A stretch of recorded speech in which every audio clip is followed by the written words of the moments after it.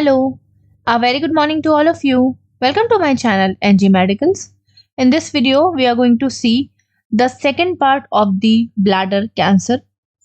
So, in this video, we are going to see the sign and symptoms, diagnostic evaluation, therapies like immunotherapy, chemotherapy, nutritional therapy, radiotherapy, management like surgical management, nursing management, prevention and complications of the bladder cancer. तो पिछले video में हम लोगों ने bladder cancer के बारे में सब कुछ डिस्कस किया था, like anatomy, physiology, introduction, definition, stages, TNM classification, types of bladder cancer, etiology and pathophysiology.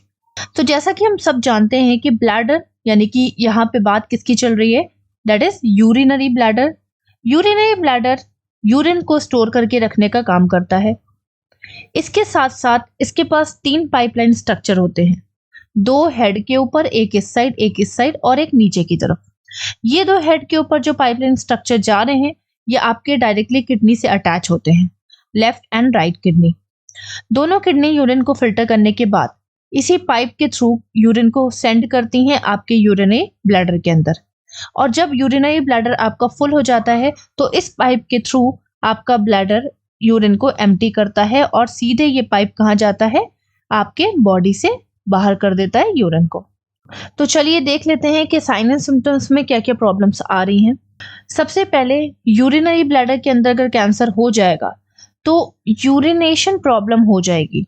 Urination problem means urine को पास करने में प्रॉब्लम हो सकती है अगर कैंसर आपका नीचे की ओर इस तरह से स्प्रेड हो गया। तो क्या प्रॉब्लम क्रिएट होगी कि आपका ये जो पाथवे है जिसके थ्रू यूरिन बाहर निकलता है, ये पाथवे ब्लॉक हो सकता है और यूरिन यहाँ पे स्टोर हो सकता है। एक तो प्रॉब्लम ये हो सकती है। दूसरी, pain in back area. Back pain होगा, क्यों? क्योंकि ट्यूमर क्या कर रहा है, यानी कि कैंसर सेल्स क्या कर रहे हैं, नॉर्मल सेल्स की ब्लड सप्लाई को ले रहे हैं और नॉर्मल सेल्स की डेथ हो रही है। साथ ही साथ आपको पता है कि आपके जो ब्लड वेसल्स होती हैं उनकी पतली पतली ब्रांचेस होती हैं जिन्हें हम कैपिलरीज बोलते हैं। जब यहाँ पे कैंसर फैल गया तो उन्होंने उस पतली पतली ब्रांचेस यानी कि कैपिलरीज को कंप्रेस यानी कि दबाना स्टार्ट कर दिया। जब उन्होंने उसे दबाना स्टार्ट किया तो कैपिलरीज कंप्रेस होने की वजह से उसमें पेन होना स्टार्ट हो गया। इस वजह से बैक पेन आपको देखने को मिलेगा। वेट लॉस और लॉस ऑफ एपिटाइट देखने को मिलेगा। दैट मीन्स कि आपको भूख नहीं लगेगी और आपका वेट लॉस उसी की वजह से मेनली होगा। ऐसा क्यों हो रहा है? ऐसा इसलिए हो रहा है क्योंकि ये हमारी बॉडी का फिनोमिना होता है कि जब आपके अंदर कोई ना कोई इन्फेक्शन, इन्फ्लेमेशन या कोई भी ऐसी प्रॉब्लम आती है तो आपका ब्रेन जो है उस प्रॉब्लमेटिक एरिया पे ज़्यादा फोकस करने लगता है और ज़्यादा से ज़्यादा ब्लड सप्लाई देने लगता है उस एरिया को।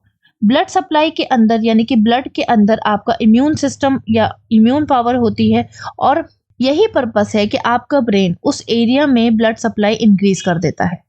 अब क्वेश्चन ये उठता है कि वो ब्लड सप्लाई इंक्रीज कैसे करेगा? तो वो करता क्या है कि आपके डाइजेस्टिव सिस्टम की ब्लड सप्लाई को डिक्रीज करके वहां की ब्लड सप्लाई को ले करके इन्फेक्टेड एरिया या इंजर्ड एरिया या जहां पर भी प्रॉब्लम है उस एरिया में सेंड करता है।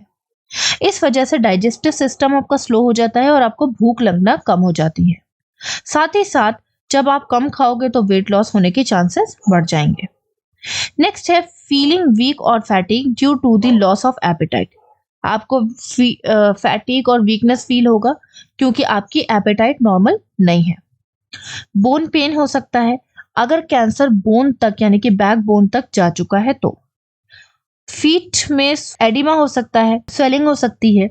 एडिमा इसलिए हो सकता है क्योंकि अगर यूरिनरी ब्लैडर से आपका कैंसर यूरेटर्स के थ्रू आपकी किडनी तक चला गया, मान लो ये है आपका यूरिनरी ब्लैडर, ठीक है, इसी तरह से कुछ होता है यूरिनरी ब्लैडर इस तरह से, ठीक।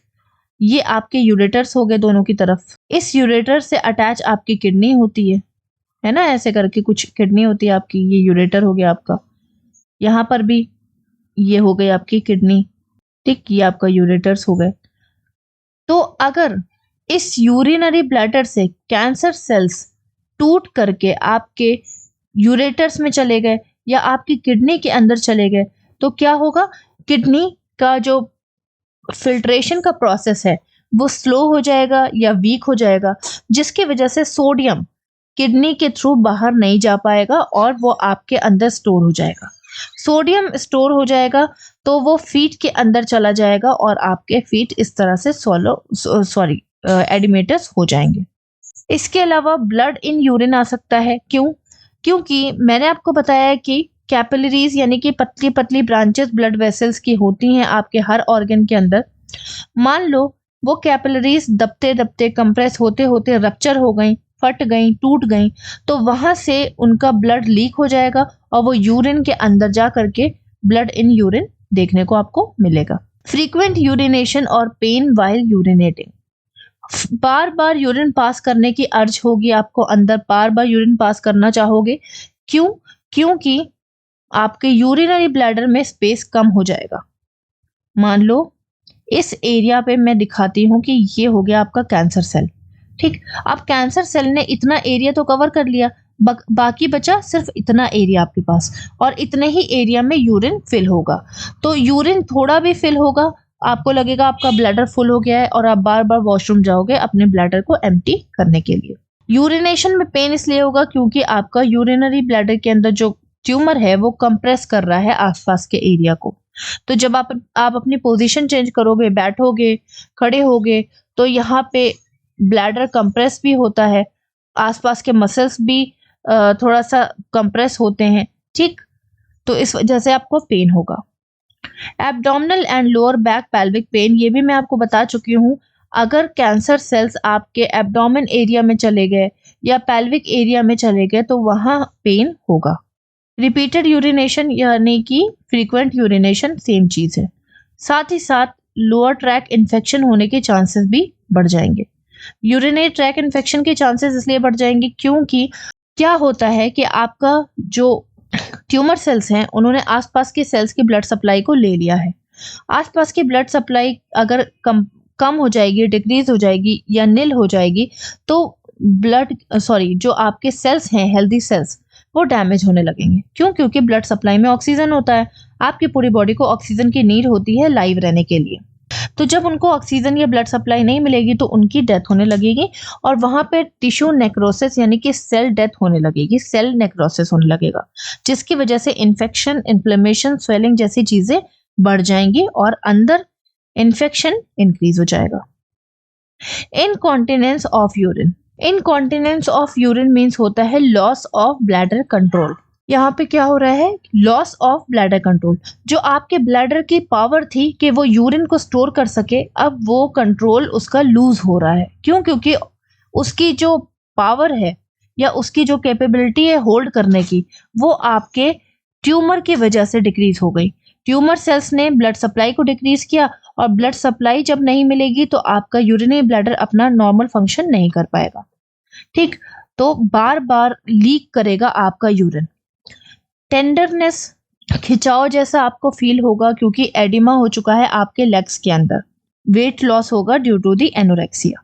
नेक्स्ट आ जाते हैं डायग्नोस्टिक इवैल्यूएशन या डायग्नोस्टिक फाइंडिंग्स पे। तो एज ऑलवेज आपको हिस्ट्री कलेक्शन से स्टार्ट करना है। So in history collection you have to ask family history of the cancer, आप पूछ सकते हो।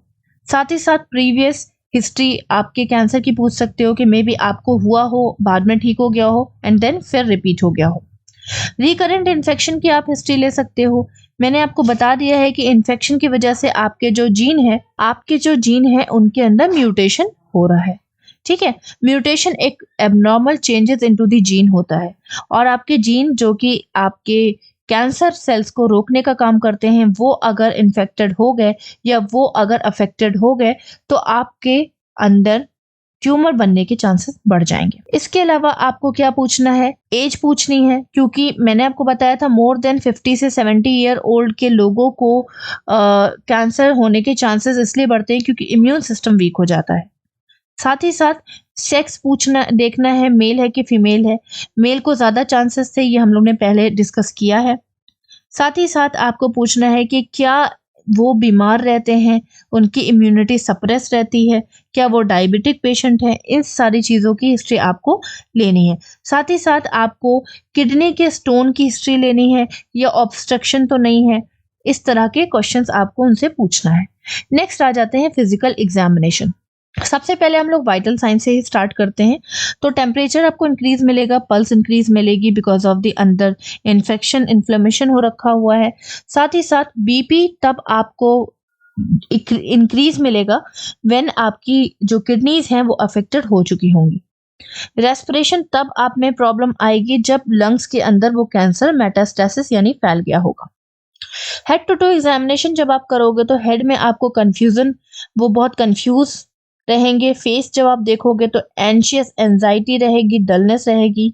साथ ही साथ बैक पेन रहेगा, वो आपको बताएंगे। एब्डोमिनल पेन हो सकता है, लॉस ऑफ एपेटाइट, भूख नहीं लगेगी उन्हें, फैटिगनेस, वीकनेस, ये सारी चीजें, वेट लॉस, ये सब आपको देखने को मिल सकता है।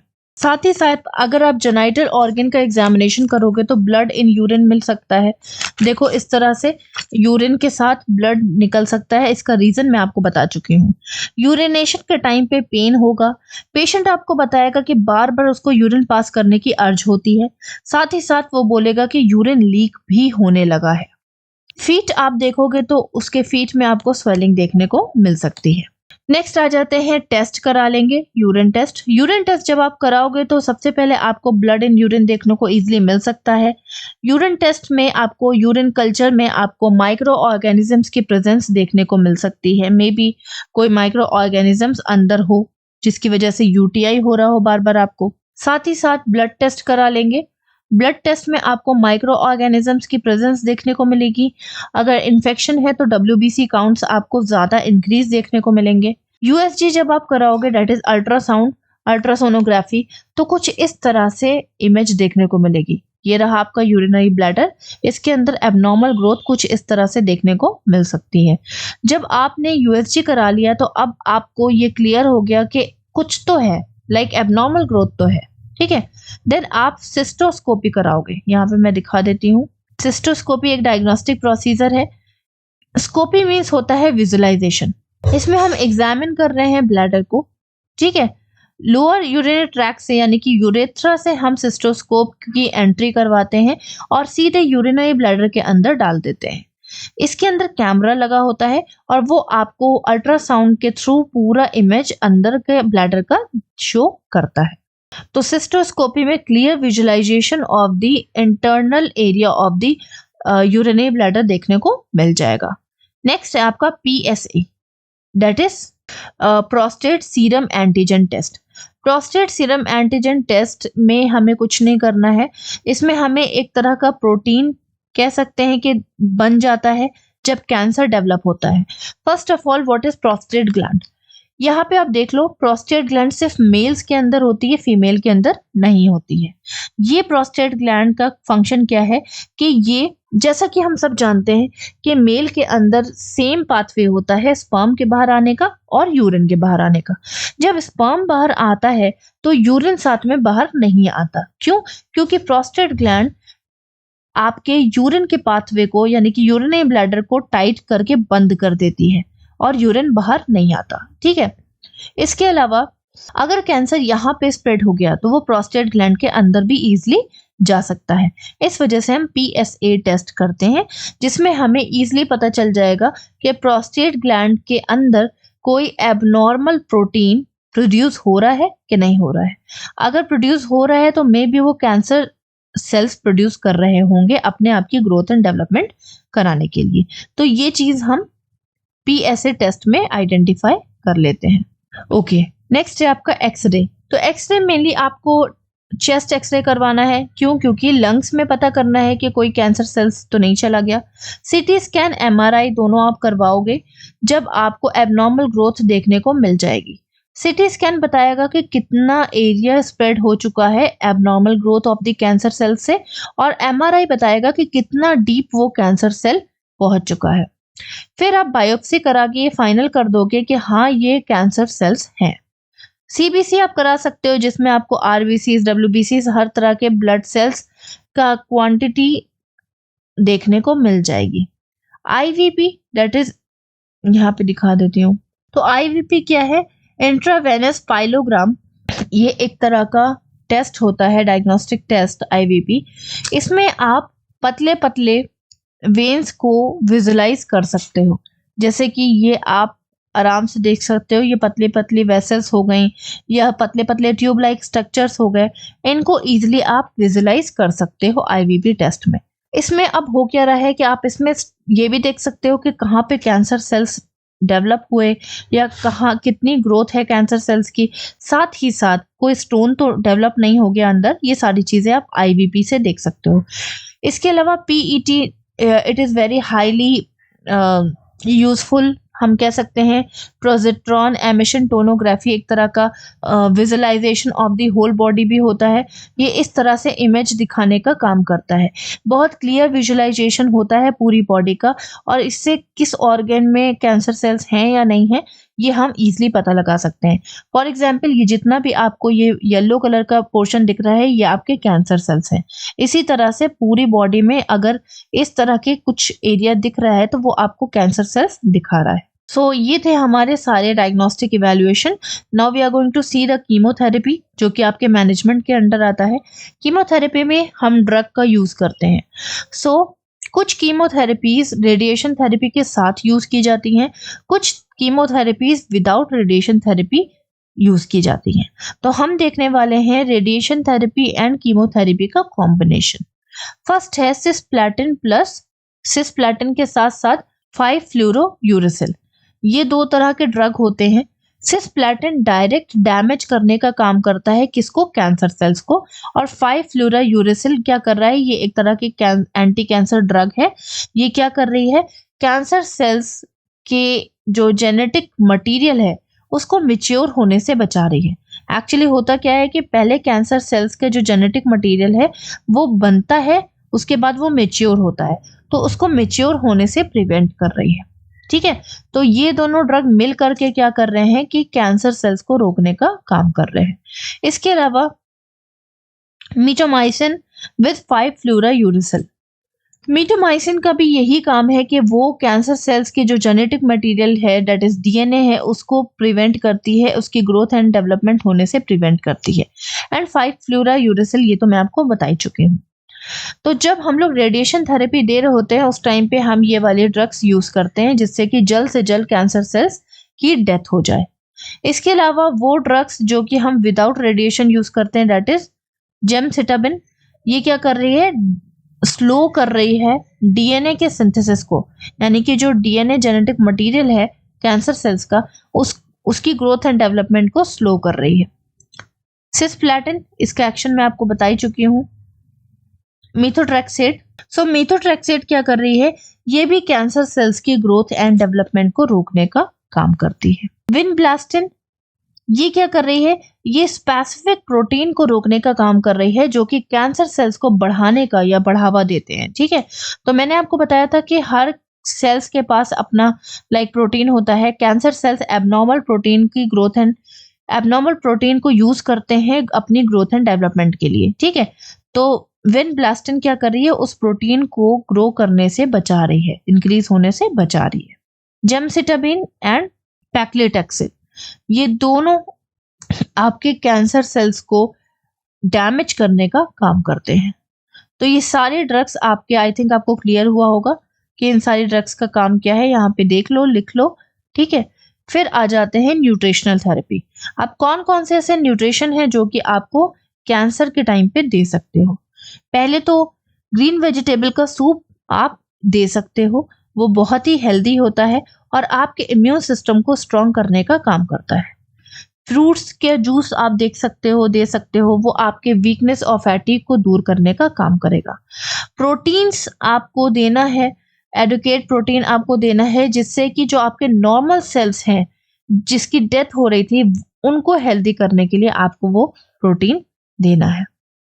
साथ ही साथ प्रोटीन आपके इम्यून सिस्टम को स्ट्रॉन्ग करने का भी काम करता है, जैसा कि न्यूट्रिनेट्स हो गए, लाइक सोयाबीन हो गया, सारी दालें हो गई, होल ग्रेन्स हो गए, ये सारी चीजें आपके अंदर आपके इम्यून सिस्टम को हेल्दी बनाने का काम करती है।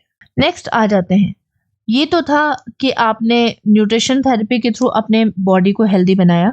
Now we are going to see कि इम्यूनोथेरेपी क्या है और इम्यूनोथेरेपी में कौन से ड्रग्स आपके लिए बहुत बेनिफिशियल हैं जिससे कि आपका इम्यून सिस्टम डायरेक्टली स्ट्रांग हो जाएगा। पेम्ब्रोलिजुमाब ये एक तरह का इम्यूनोथेरेपी का ड्रग है। ये आपके टी सेल्स यानी कि आपके अंदर WBCs के टाइप्स होते हैं जिसमें आपके टी सेल्स भी आते हैं। इन टी सेल्स को स्ट्रांग करने का काम कर रही है। निवोलिमाब ये आपके ओवरऑल इम्यून सिस्टम का, पूरी बॉडी के अंदर जो इम्यून सिस्टम आपका सिचुएटेड है उसको हेल्दी बनाने का काम कर रही है। नेक्स्ट आते हैं रेडिएशन थेरेपी। स्टीरियोटैटिक थेरेपी जो कि एक रेडिएशन थेरेपी है, ये एक तरह की 3D थेरेपी है। फॉर एग्जाम्पल अगर यहाँ पे कैंसर है तो ये यहीं पे सबसे ज्यादा फोकस करेगी और कैंसर सेल्स को श्रिंक और डिस्ट्रॉय करने का काम करेगी। ये बहुत ही ज़्यादा हम कह सकते हैं कि ये रीसेंट थेरेपी है, न्यू थेरेपी है।